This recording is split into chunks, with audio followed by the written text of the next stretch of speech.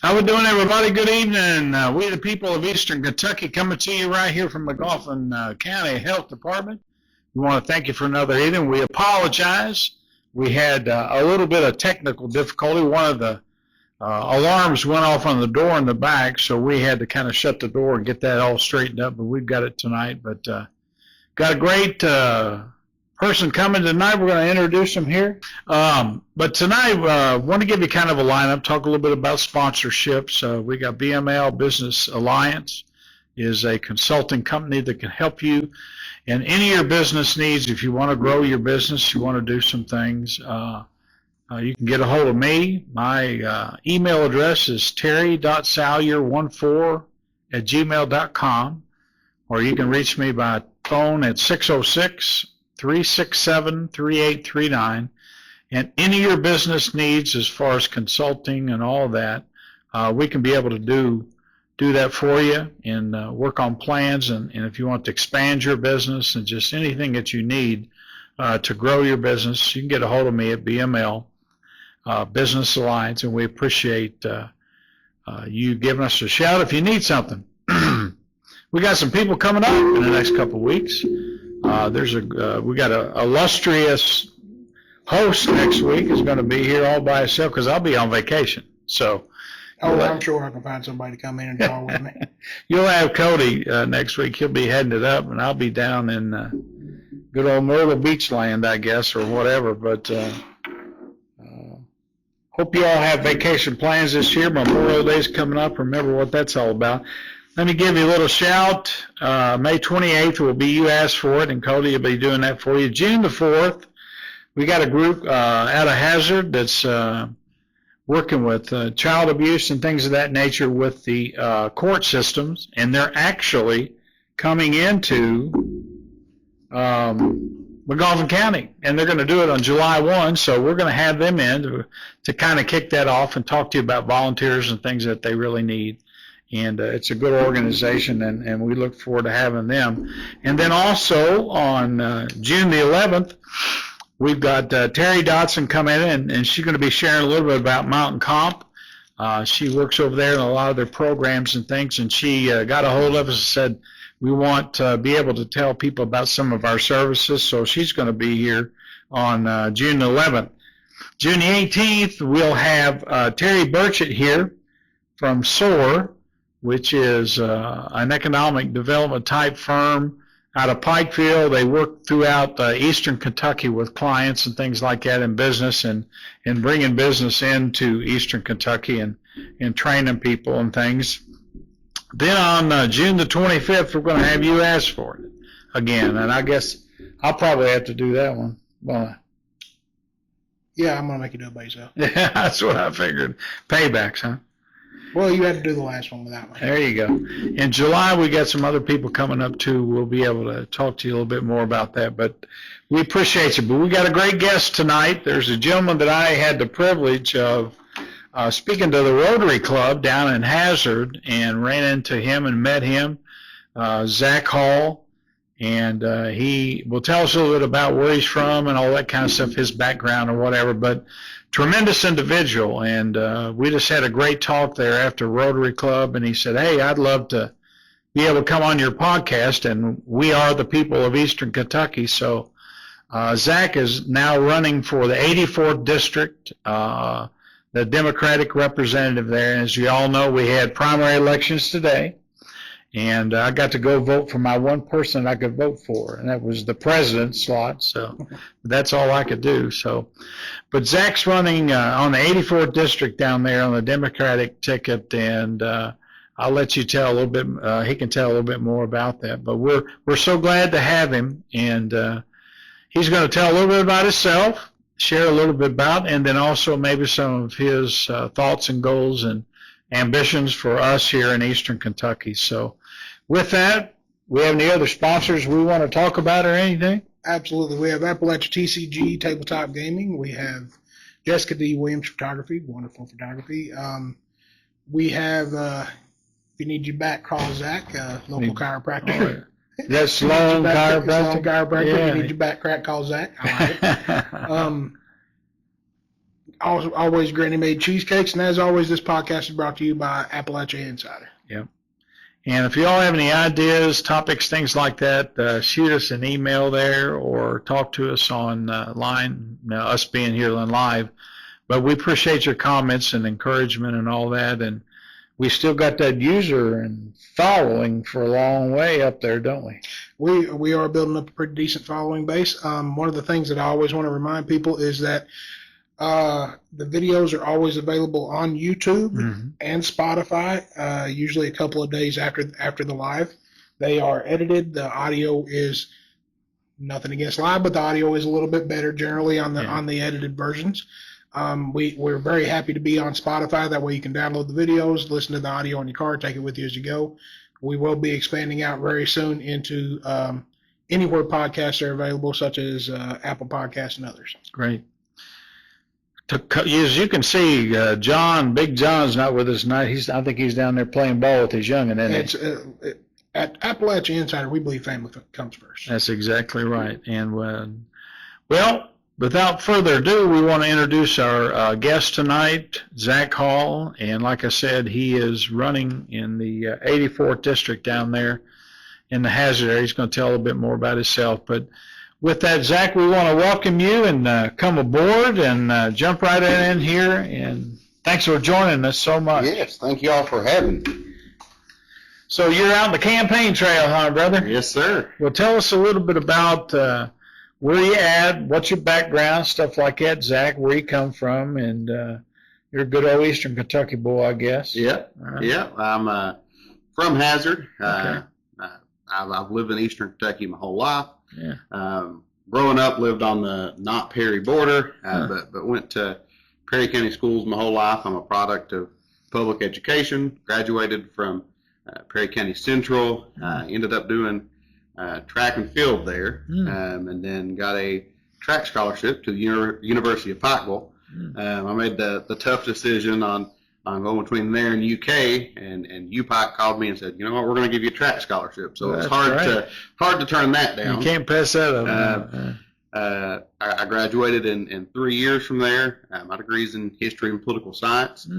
And after that, I moved back to Hazard, taught public school, realized that public school teachers are overworked and underpaid. Oh, yeah. And then I've transitioned into my role now at the Foundation for Appalachia, Kentucky. So you've been pretty much around Hazard most of your life then and stuff. Yeah.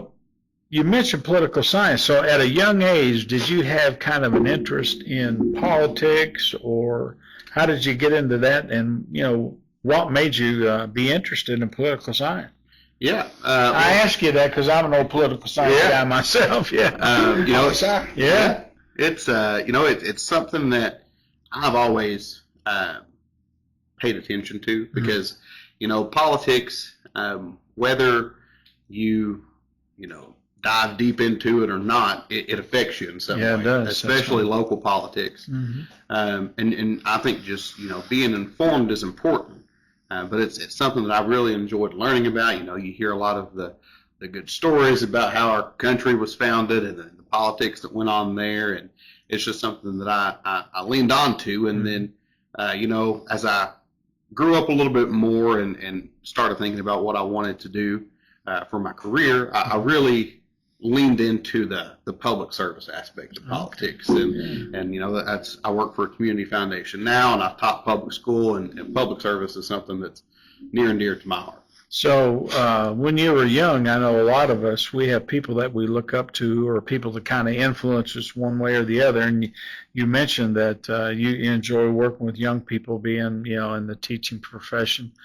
Who was someone that was kind of maybe a hero or somebody you looked up to as a role model in your past? I know you folks, everybody says, oh, well, my folks, but there's got to be, to me, it was a music teacher. And she gave me an opportunity and introduced me to theater and music. Diane Geyser was her name. And it really changed my life because I was an old dumb jock. So who influenced you, I guess you could say, Zack, to go that direction, or public service or whatever? Yeah. I would say probably one of the JROTC instructors at Perry Central. I ended up having his class first period freshman year. I wasn't really sure if that was something that I even wanted to do. And then I found out he was also the track coach. Oh, okay. His name is Sergeant Ronald Wilson. And, you know, he and I really clicked. And he was much more than a teacher or a track coach. He was a lot like a father figure to me. You know, that's great. I still run into him and keep in touch with him. And he was a big help, you know, through mentorship and just working to grow as a person and not just as an athlete. He was very impactful. That was neat. What was it like making the transition from school teacher into working like for a foundation and stuff like that? Was that tough for you, or is there something that excited you, or a new challenge in your life, or whatever? How was that transition in your career? Yeah, you know, I've said before that if you teach public school, you can about do anything. Oh, there's no doubt. Yeah, I've been there and done that. You know, as a public school teacher, from the time you get there to the time you leave, you have to be on and focused because you're responsible for all these kids the whole day. And you know, it's rewarding because you get to form those relationships. But it really prepared me for everything else because, you know, working for a community foundation, you still have to form relationships with people and get to know people. And absolutely, you don't have to be as aware or as on all the time as you do as a public school teacher. But those tools that you gain from teaching those kids, you know, it helps you in about everything that you do. That's awesome. Zach, if you don't mind me asking, my wife and I have a conversation because we both work in nonprofits as well. It's about personality type. Now, you as a public school teacher, I would assume, and I don't mean to project on you, but I would assume that you're more like my wife. You want to help individuals one at a time. You care and love about everybody. For me, I got into nonprofits because I like the idea of society building. So not the individual person. Don't get me wrong. I do, of course, want to help individual people, but more of the overall impact on society and bringing all of society up at once. Where my wife, she wants to clothe and feed everybody and just all on an individual level. So I wonder which side, because first you were in the public school system, so that was individual children you're helping, you know, you're making a difference in these individuals' lives. And then you got more into the overall nonprofit helping out society altogether. So which side do you think do you lean more into? Yeah, that's a great question, and I don't know if I had ever kind of thought about it that way. But I think, you know, definitely now in my role, I feel like I enjoy the helping the larger group of society more.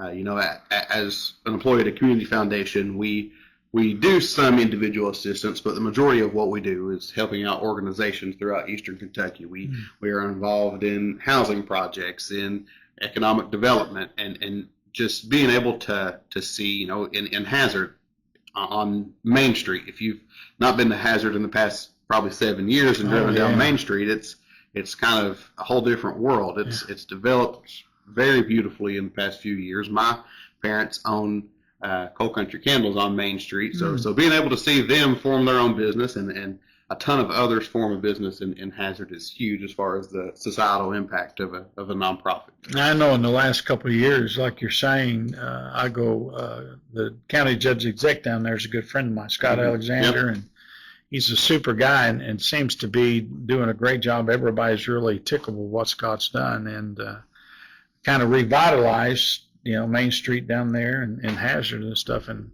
done a lot of good for Perry County. What made that transition? I know you explained that you like to hit larger groups now, and what in the world are you running for in the 84th district and in the legislature in Kentucky? What got you into that type of direction or whatever with your career? What are you trying to accomplish, you think, by doing that? Yeah, well, it was a tough decision, as you know, any time that anybody runs for a political office. It's not just the decision that one person makes. It's a decision that me and my family discussed, we prayed about, and decided that, you know, I was the right person to hop in now, and it was the right time. And you know, just looking at the way that the country is moving, I think it's important that we have some new voices in politics, especially people who are familiar with the struggles of a lot of working class families, particularly issues centered around child care, public education, affordable housing, things that, people face these issues on a daily basis. But being able to go in and help create that direct impact through legislation, through advocating on the floor of the legislature, and being able to make our legislature and the general public more aware of some of those issues that are happening. Well, a lot of times in larger cities and, more urban areas, they don't know the situation we have in eastern Kentucky of flooding, and how many times that families had to practically rebuild their lives and things of that nature. And they kind of take that for granted, and say, well, those are a bunch of people down there living in the hills and they get flooded out all the time. Well, that's people's homes. Yeah. And we've seen whole communities, within the last couple of years really had devastation. I know in particular, a lot of people in Knott County was really, even the school system down there was really hurt with floods and stuff like that. So what are some of the goals that you're looking at? You're running against Representative Fugit right now. Yes, sir. And how long has he been in there? Do you know? He was elected in 2016. That's what I thought. He's been in there probably about 3 terms or something like that. And in this district, it was part of the redistricting after 2020. So 2022 was the first election that they held in this new 84th district. So who all do you represent in this district? Perry, Breathitt, and Owsley counties. Okay. A lot of good people in Owsley County. Oh, yeah. Oh, man. I grew up 5 miles from Breathitt County, so that's part of home to me. Oh, yeah. Good people in Breathitt County. I know Jeff, the judge over there, pretty well, and then also they got a new superintendent of schools at Owsley. I know Chad Mason over there. He's like assistant superintendent facility guy, and they're just great country folk people. Oh, yeah. So that would be a nice area to be able to represent. What are some of the goals and things that you want to do if you were to be elected to the legislature? What Specifically, are you looking at? things that you don't feel have been addressed. Yes. Yeah. So our platform is kind of built on 3 main pillars. Public education being one, and that doesn't necessarily have to be K-12. We should be thinking about early childhood education in there as well. Okay. When we talk about workforce development, economic development, you can't have people go to work if you don't have child care. So being able to increase the funding for that in our state legislature, especially in Eastern Kentucky, would be huge, because it's hard to find accessible, affordable child care. My daughter is 15 months old, and we had her on a wait list for probably 6 months before we found a spot for her in child care. And that's in Perry County, where we have several daycares. Some counties only have 1 or 2. So being able to address that and increase funding for things like staff support and programs for early childhood education is important. A question on that, Zach, because I lean more towards, and in my opinion, I'm absolutely for early child care and plenty of access to child care for those who wish to have it. But I feel like overall in society, we are getting away from the idea of single earner homes having the ability to not require child care. Yeah. So is there any talk or any thought of, in your opinion, any thought of getting back to a point to where if mom wants to be a stay-at-home, and I speak from personal, like my wife, she loves her job and she loves what she does, she helps people, but her dream would be for us to make the kind of living to where she could stay at home and be a stay-at-home mother with our kids. Yeah. So in that situation, the need for childcare would drastically drop. So is there any discussion of that?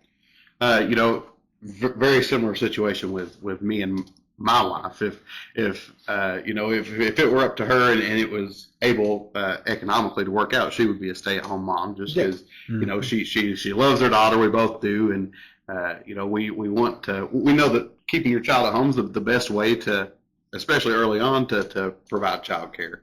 But as far as the ability for a single earner household to provide for child care, I think that's hard right now with the way our economy is. I would absolutely agree. But I think if there is any way possible to maybe do some type of stipend system for stay-at-home parents who choose to stay home could be important to make that happen. As costs keep increasing, it becomes harder and harder. But I think that a lot of people would like to see that become a reality, to be able to have at least one parent stay home with their kids.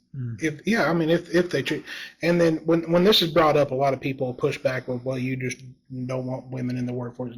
It's this is me speaking personally. It's obviously not that. If you want to have a career and have a long career in life, more power to you, and that's wonderful. Mm-hmm. But there are a lot of people in the workforce, for example, like my wife now, they work and they do love their job, but if given the option, she would be a stay-at-home mother and she would raise her kids and homeschool her kids and that kind of stuff.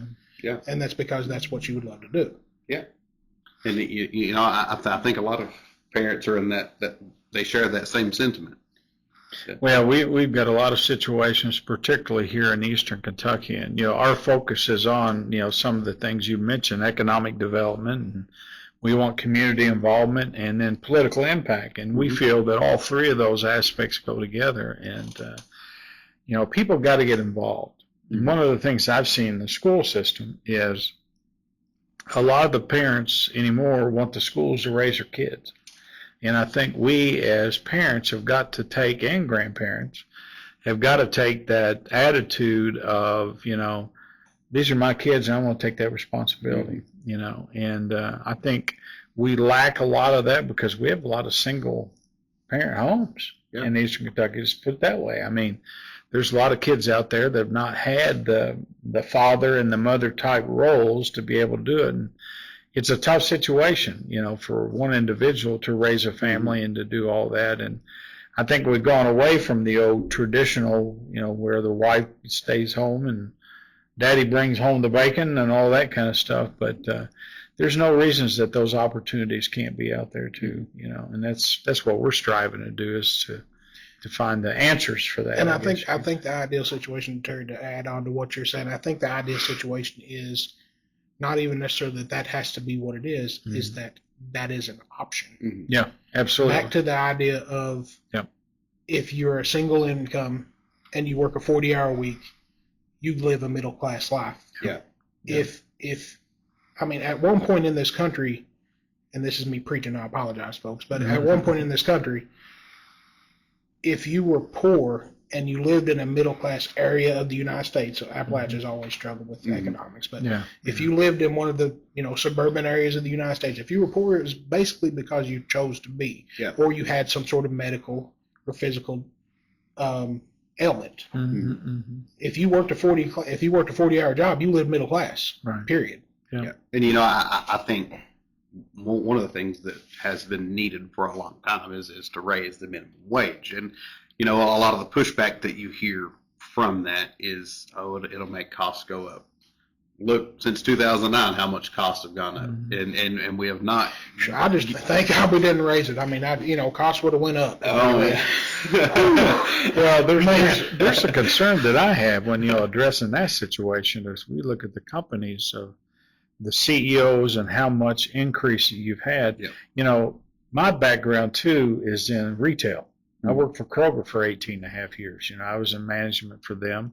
So I got to see the opportunities of prices going up every year, and everybody doesn't realize, but there's a natural around 3% increase on goods and anything that you buy, cars, vehicles, things like that in retail every year. So you're going to have almost 3% increase. But we've had more in this time. But the thing that disturbs me, and I don't know how we can take that into Frankfort, is these CEOs and these companies, even though that we have seen the inflation go, it's an opportunity sometimes for a supplier or a vendor to raise their price to the point where it's almost price gouging because, we're going to fall back on the inflation thing. But what they're doing is actually creating the inflation themselves rather than the index going up. And I think that's something that needs to be addressed in our country too, is over 30, 40, 50% increases in CEOs and more profit than they've ever realized since the pandemic. And, their prices are going up. They think it's an opportunity, I think, to be able to cash in on something. And, I myself, I grew up in the time back when we had the price freezes. Jimmy Carter was there as a president, and I was around then, and it's probably before Cody's time. But things were done, and I know that Biden in particular, when we got in the situation when the oil prices went crazy, and he let some of the reserves that we have stockpiled up to be able to do that to lower, the... announcement just released today that they're releasing some reserve now. Is that right? I don't doubt it because of, we've had a recent increase again in oil barrels. OPEC is controlling their production. So what's that do? When you control production, you can raise the price, Northeastern reserves are releasing this week, I believe. Yeah. So, I want the people in Eastern Kentucky to know, too, a lot of times it's not, oh my gosh, inflation, they blame the government and this and that. We've been through an inflationary period, but I think that large companies and big business has been able to reap the benefits of that, particularly with the tax breaks that they were had in previous administration. I mean, if you look at a lot of, especially, around the large consumer chains, Walmart, Target, and then, a lot of the oil producers, ExxonMobil, Shell, all of them had record profits last year. And that cost was passed on to us so they could make a little bit more money. One of the interesting statistics that just come out, actually, I just heard about it yesterday, is that a lot of the more high-end businesses, so for example, Armani, Gucci, stuff like that, are seeing huge profit drops right now because people are starting to get pinched. Where there's a reason Walmart's called recession-proof. Walmart's seeing its profits go up because people who normally would be going to a little more high-end are going back to Walmart. Well, you've got a situation that I noticed yesterday in the news that Target's lowering a lot of their prices. And Target is one of the fastest growing retailers right now in our country. They're actually giving Walmart a little bit of threat in some of their areas. I've seen Walmart stores actually close where Target stores have come in. So, it's out there, and it's something I think we need to look at, and with a super Republican base down there in Frankfort, it's pretty difficult sometimes to be able to try to get some things going. What do you think that we need to do in Eastern Kentucky, from your platform or your direction, or what's things that you're going to fight for, you think, in Frankfort that would really make you different than who's representing the 84th district right now? You mentioned 3 pillars, and we did kind of cut you off. So you're good. We talked a little bit about public education and early childhood. And then another big thing is making larger investments into our infrastructure. And, a lot of times people, when they hear infrastructure, they think of just roads and bridges. But that's a lot more, especially today. One of the big things is affordable, accessible rural broadband. We live in an age where a lot of people can work from home. My wife has a job that she can work from home. And to do that, you have to have a good internet connection. Oh, yeah. We live in the city limits of Hazard, so we have a good internet connection. But a lot of times, especially in Eastern Kentucky, once you leave the city limits, it's hard to have a good, sustainable internet connection. So being able to provide that with to our rural areas is huge. And then our water systems, in Eastern Kentucky, if it rolls around December and January and it starts getting cold, it's not a matter of if your water goes out, it's a matter of when. You'll lose water eventually because a lot of our water systems haven't been updated since, I know that Hazards hasn't been updated since, I think, the 40s or 50s. Oh, yeah. It's 50, 70 so years or so. Literally clay sewer pipe still. Yes, still. And there's no reason that we, as the richest country in the world, and Kentucky, that, we brag about our surplus in our rainy day fund, that we can't do something as simple as provide our people with clean drinking water. I think that should be the bare minimum of a government who makes their money off taxpayer dollars, is to make sure that everybody has clean water. And Terry mentioned that there is a conservative supermajority in Frankfort right now, which is absolutely true. But there are certain things, some of the things you're naming off right now, I feel like these are just bipartisan issues. Clean water. Yeah. This isn't difficult. This is. It doesn't matter if you're conservative, liberal, whatever you are. Yes, sir. We all want grandma to be able to take a clean shower. That's right. I mean, that seems to be pretty bipartisan, I would believe. And I think a lot of the issue around it is if it's a bill that's introduced by a Democrat, the Republicans don't want to give them that victory. If it's a bill that's introduced by a Republican, the Democrats don't want to give them that victory. So instead of working together as a government with bipartisan issues, a lot of times it just gets fought about because of your party affiliation. You missed, Terry mentioned a minute ago that, he saw price freeze and stuff like that.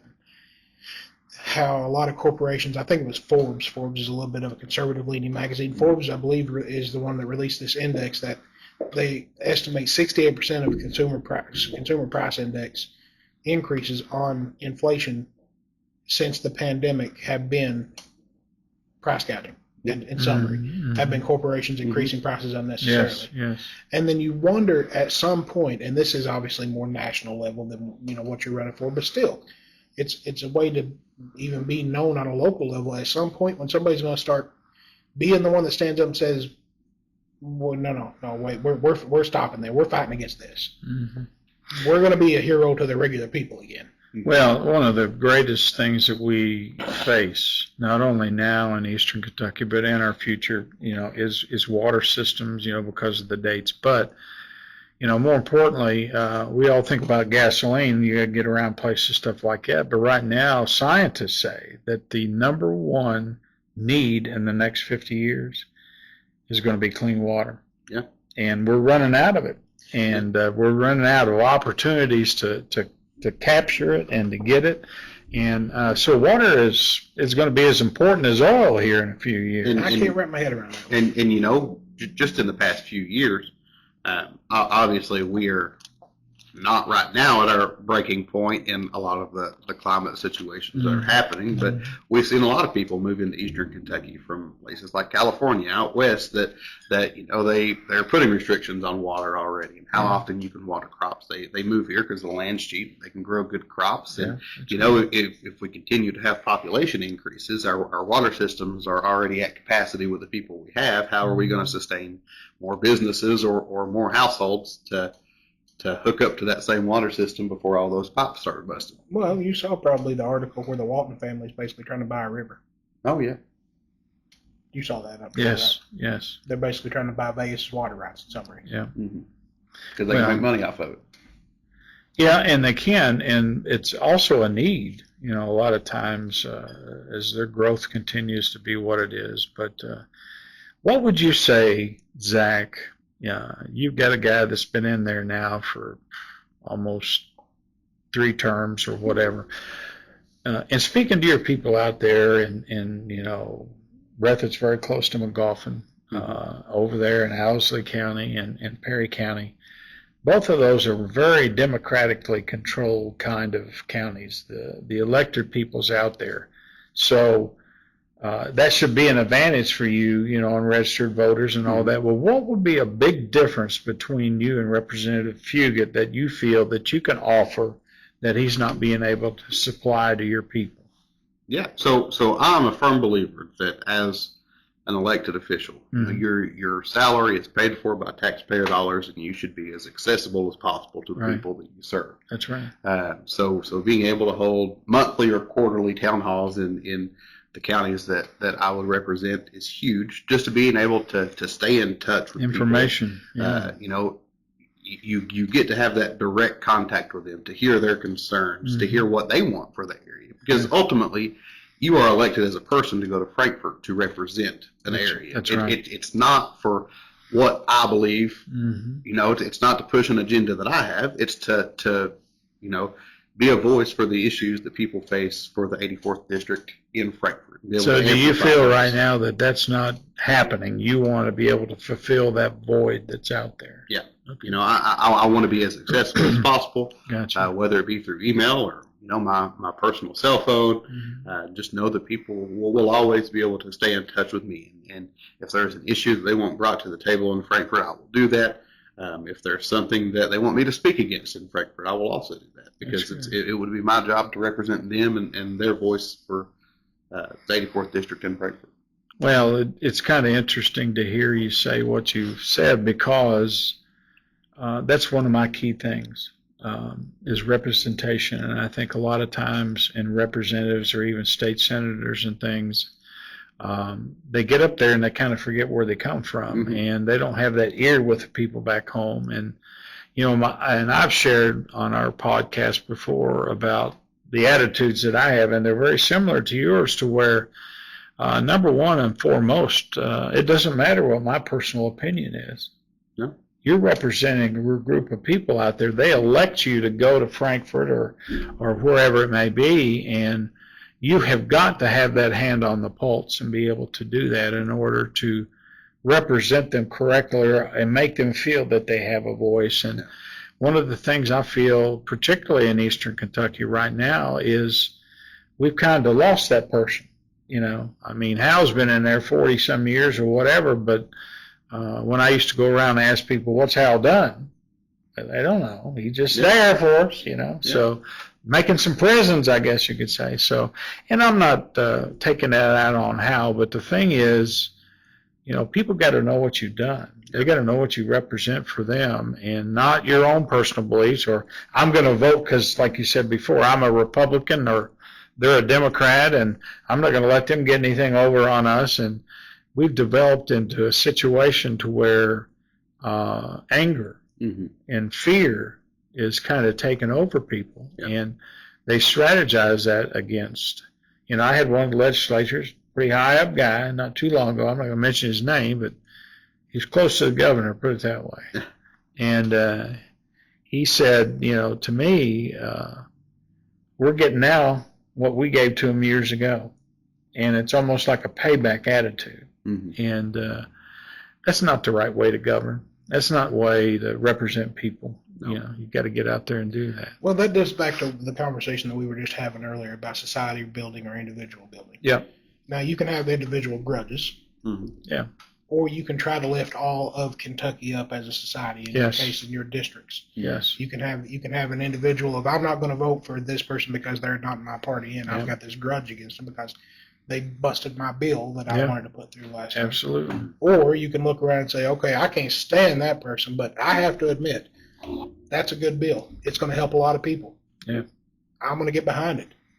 And we seem to, like you said, Terry, we seem to be getting away from that. And as a society, we have to be able to go back to a point in time that we could talk to somebody that we had a different voter registration then, and leave the conversation still respecting that person. Yeah. And realizing that, at the end of the day, we all want to improve our area. We might have different ways of approaching that or different ways of getting there, but we all want to improve our area. And being able to accept that we're going to have differences and still respecting each other is huge.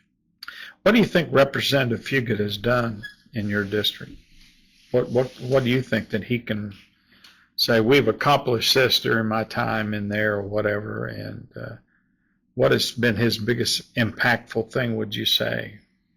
Well, I would say that he has done some good things with tourism. Has he? Yes, he, with our trail system, he's been involved with it and developing some of the ATV off-road trails, and I'm a big proponent of tourism, and I do think that that's something that he has done well. I would like to see a little bit more diversification, maybe not just the ATV trails, but in Perry County, we have the Pathfinders organization that have created the good hiking trails or biking trails that are, as good as anywhere in the country.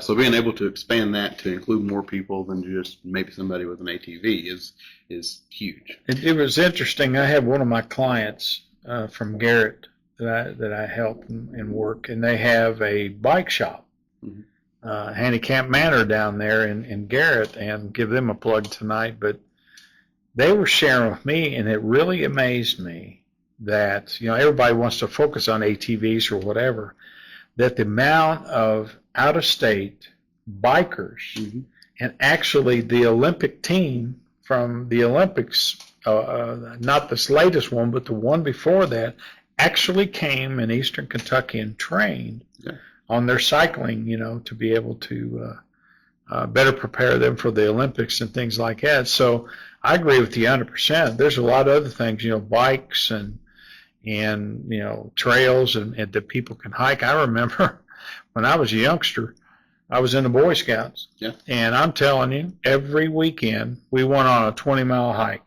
We had a scoutmaster we're going to find a trail, we're going to go, So there's organizations that are looking like that to really probably help support and, get behind it and things. So that's good thoughts. I like that. I like where you like the tourism part, but there's ways to expound on that to make a bigger impact with people. That's awesome. Terry, if you don't mind, now we've allowed Zach. He's mentioned 2 of the 3 pillars. Let's get the third pillar in there. Third pillar. Yeah. Yeah. So I think one of the big things is community development. So going back to kind of what you were talking about, after the floods in 2022, I started at the foundation in June, and the floods hit in July. And being able to develop our communities in a way that allows people to have access to affordable housing, accessible housing. It's hard to see, people who are graduating college currently or who, graduate high school and then want to stay in the area. It's hard for them to find a place to rent or a single family home that's affordable because there are a lack of apartments. There's very little public housing that people can apply for. So being able to fund projects like those. And then with a lot of this, the federal money that's coming in, hopefully for the only time that we'll see in our lifetimes, because we don't want to have another flood like we had, being able to invest that into our communities that do things like flood prevention, but also, go into our main streets to develop our economic ability in Eastern Kentucky, I think are huge, especially in Perry and Breathitt counties that were hit pretty hard by the flood. Yeah, I think it was Alan Greenspan that said never let a crisis go to waste. Yeah, and that the housing crisis especially was bad before the flood, and then after the flood, it exploded. So is there issues in your area with you mentioned that there is a lack of public housing right now? The public housing that's available, is there maintenance issues, or is it being maintained well, or are you hoping to improve? I think maintenance issues are a concern. A lot of times the stereotype around public housing is that it's not upkept, but being able to work through organizations like our housing chodos, for example, the Housing Development Alliance in Hazard, they do a multitude of rebuilding projects, whether it's home repairs for low-income individuals, or it's new homes that people can pay for partially through sweat equity, and then they have low-income or low-interest loans based on their income. Or if somebody that makes $200,000 a year wants to go buy a house, they have a program for that too.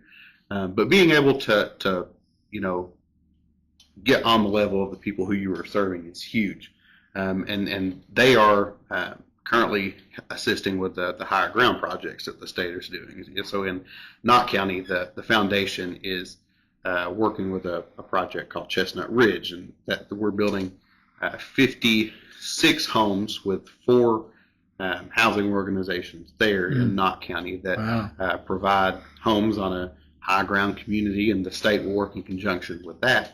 But the state legislature being able to fund organizations that are already doing this work and know what it takes, and they're doing it well, is important for especially our housing crisis. Yeah. We're winding down here. We got about maybe 10 minutes left or so. Since we got a late start tonight, we're going to run a little bit over.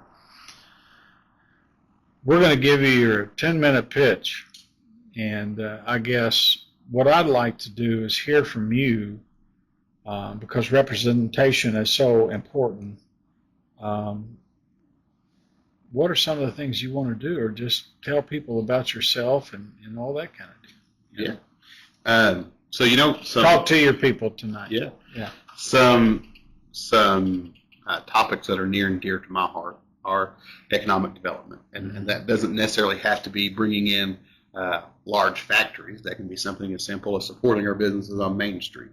Because one of the issues that we have faced in meetings that I've sat in on are when you have these larger organizations that are coming in. They're obviously going to look at the price of land and what it's going to cost to get their factory started. But if they're going to move their families here, they want to make sure that there's something for their families to do. And if they go down Main Street and there's not even anywhere that they can go have dinner at a modern updated place, or have dinner at all on Main Street. It's not an attractive place. So being able to build up our main streets and our local communities, I think, is huge.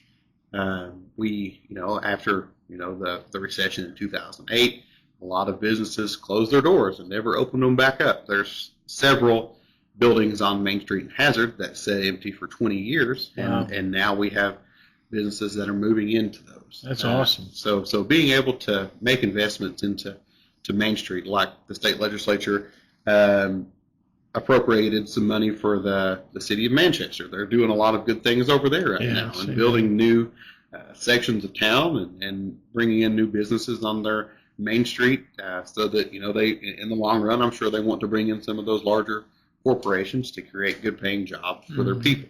So do you have in particular certain ideas behind that? The British call it high street revitalization, which is basically the same general concept of we're going to revitalize Main Street, the main drag. Do you have any particular plans? So more pedestrian walking access, revitalization of small business, anything like that? Yeah, so walking access is huge. And I think, we have our rainy day fund in the state legislature.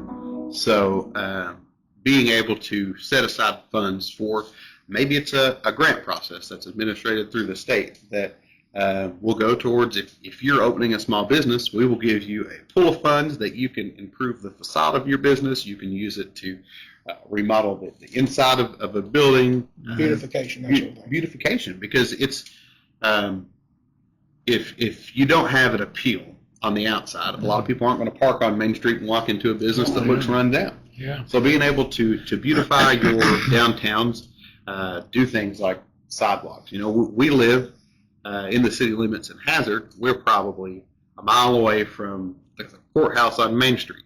But if you wanted to walk from our house to Main Street, there's no way to do it, because you have about 3/4 of that has no sidewalk, and it's right beside the park highway. on the street. Yeah. So being able to, something as simple as making it easier for people to walk from point A to point B is huge, because then you get people out on a Saturday night that walk from one end of Main Street to another, and stop at a shop and stop and get a cup of coffee and something to eat at a local restaurant is huge, and that improves the morale that people have downtown that live there, and being able to just access things is huge. And it seems very simple, but it's something that is not accessible right now. Well, it goes along the lines we talked about in Eastern Kentucky, and I think these are things that we have to focus on, is economic development, what we can do in a different way. We're just not, bringing jobs into an area. You're actually creating a destination point, and that can't be successful without community involvement. Yeah, you've got to have people in those communities to be either volunteer or whatever. I don't see the women's clubs anymore, the gardens clubs in the little towns that I go right now, where at one time it used to be there, that pride or that spirit that, and it takes leadership. And I think something that's important that I've seen done really well in Hazard since I've moved back after college is really incorporating the younger people in your community, because there are a lot of people in the 24 to 35 age group that want to be involved and want to help improve the area.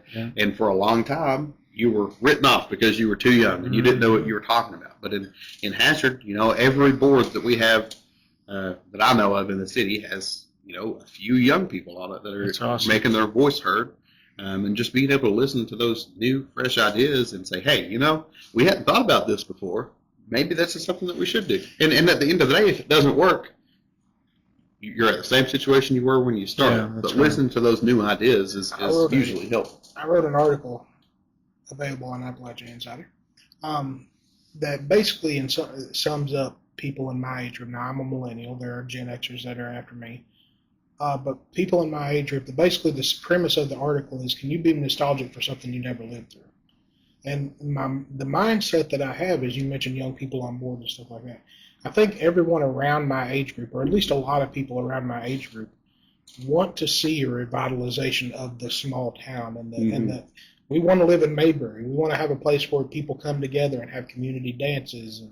And we want to get back to that revitalization of, and don't get me wrong, I'm not rose-colored glasses to the point everybody knows there were problems in the 1950s.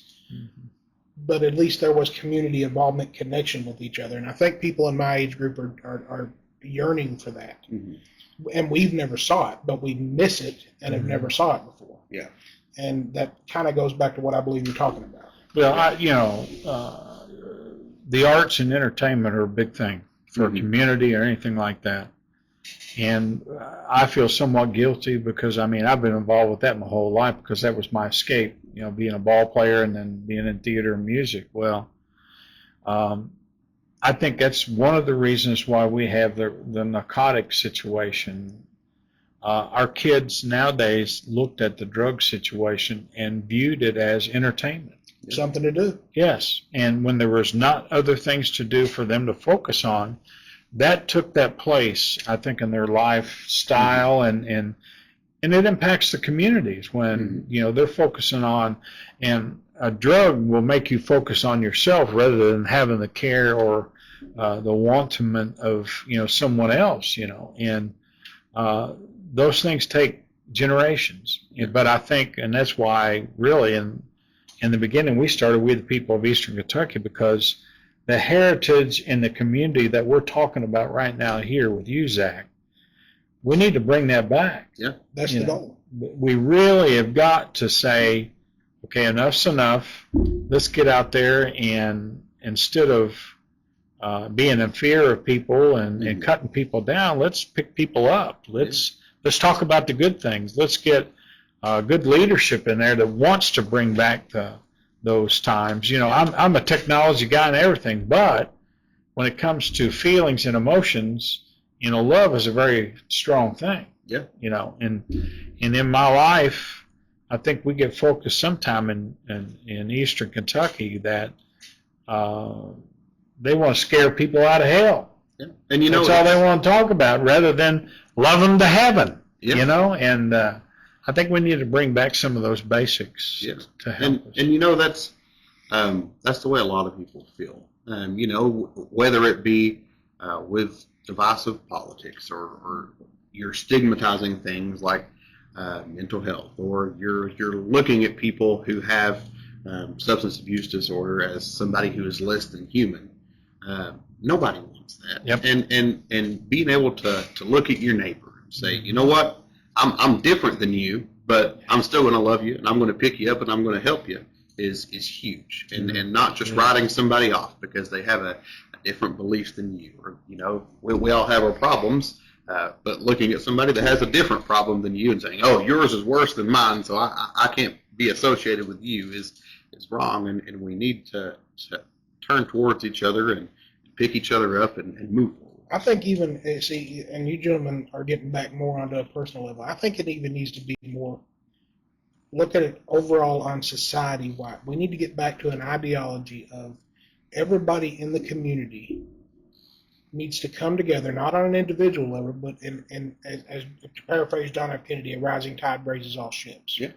This isn't going to be individual. I'm not going to look at your individual problem. You're not going to look at my individual problem. We're going to do what needs done to come together as a community to be able to look around 5 years from now and say, hey, look, we built this, and it's better for everybody. That's less of the individual. When you start looking at it community-wide, it's easier to pull back and not see the flaws of the others. We all need to come together and accomplish this large task together. Yeah. Well, we had Judge Exec Matt Wireman here in McLaughlin County here not too long ago, and last episode. Yeah, and there's a lot of people that have that emphasis. And he was talking about, and one of the things that I've discovered in my lifetime, cities are fighting counties, and somebody wants the credit here, and in the political impact and that ramification that we look at a lot too, people want credit for stuff, and they want to be the big person. They want the power and things. But he shared with us that there's really kind of a changing of the guard to where the judge execs in all the areas talk to each other now, and they're looking at this as an Appalachian area. What can we do to better, benefit our people here? And it's like what we said. It's going to take a great group of people. It's going to take a great amount of time, but we got to have some consistency to continuously go out there and say, look, let's work together. I mean, I call it Mama and Papa politics. Yeah.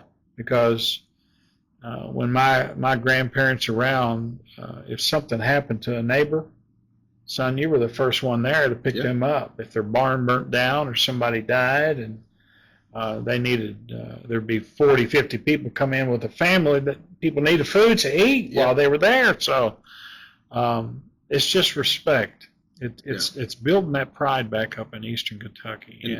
And I think we're seeing that, you know, in our young people. You know, 20 years ago. We don't give them credit for that. Yeah, 20 years ago, everybody told the young people to get their education and leave. And a lot of people still tell them that. But there are more younger people who are saying, you know what, I lived here. I left. It's a beautiful area. I love it. I'm moving back. Or who are saying, you know, I love this area and I'm staying. Yeah. And it goes back to that regional approach. You know, it isn't about Perry County or McGoffin County. You know, we're all Eastern Kentucky here. Yes. And being able to, if Perry County succeeds, then, you know, the counties around it are also probably going to succeed, and it spreads. And it's just being able to take that approach instead of an individualized approach. I chose to come home to raise my babies. Yeah. And, you know, a lot of people say that, you know, particularly now we had a lot of other people on here, you know, John Blanton, Representative John Blanton talked about it a little. Everybody thinks Salyersville's into the Mountain Parkway, whereas they consider it, and I think Judge Wyman said this too, this is the middle of the Parkway. It's going to go all the way to Pikeville and, you know, to Lexington. And the key thing there is people are coming back from the outside, you know. People, it isn't even as much people coming. There are people coming that have never. New Yorkers, New Jerseyans, people buying property here. You know, everybody would think like, oh my goodness, why are these people having to bring those ideas and those concepts? You know, they go up to Natural Bridge, and a lot of them like to rappel, mountain climb, and they've grown up. Colleges used to go to good old Miguel's down there and eat pizza and stuff, but that was their biggest thing, is camping out and all that kind of deal. And now they're growing up they're in the professional ranks of things where they're actually coming back buying property. And I know I was talking to the judge down in Powell County. He's no longer there, Judge Anderson. And we believe that this part of Eastern Kentucky could be like a Gatlinburg or a Pigeon Forge and things of that nature. If we just had some influx, you know, of money and people get excited about it and working together like what we're talking about, that impacts economic development. You know, I think a lot of it goes back to, you know, for decades or centuries even, a lot of times the narrative written about Appalachia was not a pretty one. It was bad. No. And if you were not from here,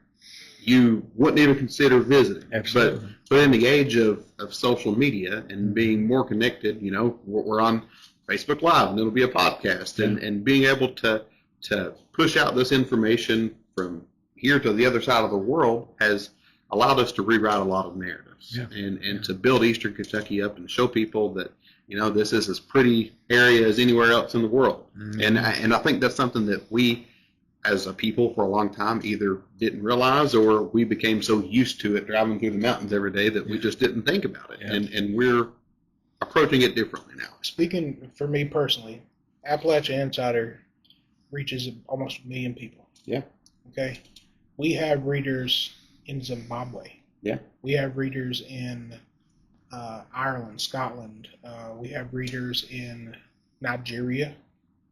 So, like you're saying, the fact that we have this reach now to be able to you know, for example, if you decided to go on a hike through the woods, your beautiful home area, throw on a camera and say, look, this is home. This is what we have here. Come see. Absolutely. And it builds up. But before we go, Terry, if you don't mind. Yeah, jump in there. Absolutely. Give us a quick synopsis. What is it that you think that you're going to be able to provide and do to improve the 84th district? Yeah. So as representative, I want to focus on public education, giving our teachers a raise, increasing the funding for our classrooms, because at the end of the day, our children are our future. And if we are not investing in them, we're not investing in our future, and we cannot improve if our children are not in the position to succeed. We have to make investments into our area, into our infrastructure, into our communities, for public housing, to make our livelihood better in Eastern Kentucky. And being able to be an accessible representative that listens to the concerns of people all throughout the 84th District, not just Perry County or Breathitt County or Owsley County, but from one end to the other. And being able to stay in touch with those issues and be a voice in Frankfort is what I want to do as state representative, and being able to just make our region better, not just Eastern Kentucky, but in specifically the 84th District, and working every day to improve our district and our region and our state. Well, there you have it, folks. That's it in a nutshell. That's Mr. Zack Hall right here, and we appreciate him for coming aboard and sharing his insights and personal reflection and all that. We hope that through our podcast tonight that we the people of Eastern Kentucky, have got another friend and got another guy that we can count on to be able to carry the mission forward, to be able to make a difference in the town and in the communities that we serve and we have. Zack, we thank you for this time. Yes. Thanks for coming so much. Thank you all for having me. It's been so good, and like I said, next week, you the man, son. Yeah, we'll have to bring on another special guest so we can have somebody to bounce ideas back on. There you go. Once again, we always want to thank all of our sponsors. If you would like to have your business sponsored by Appalachia Insider, feel free to reach out to us. Email is mcgoffinnews@gmail.com, or get a hold of us on social media, or call my phone number if you know me, and if not, don't bother me. Once again, folks, thank you very much. Yeah, thank you. This is Terry V. Salyer signing off for We the People of Eastern Kentucky, and just remember one thing, get out there and work and help people. Thanks for listening tonight, folks. Good night, and God bless.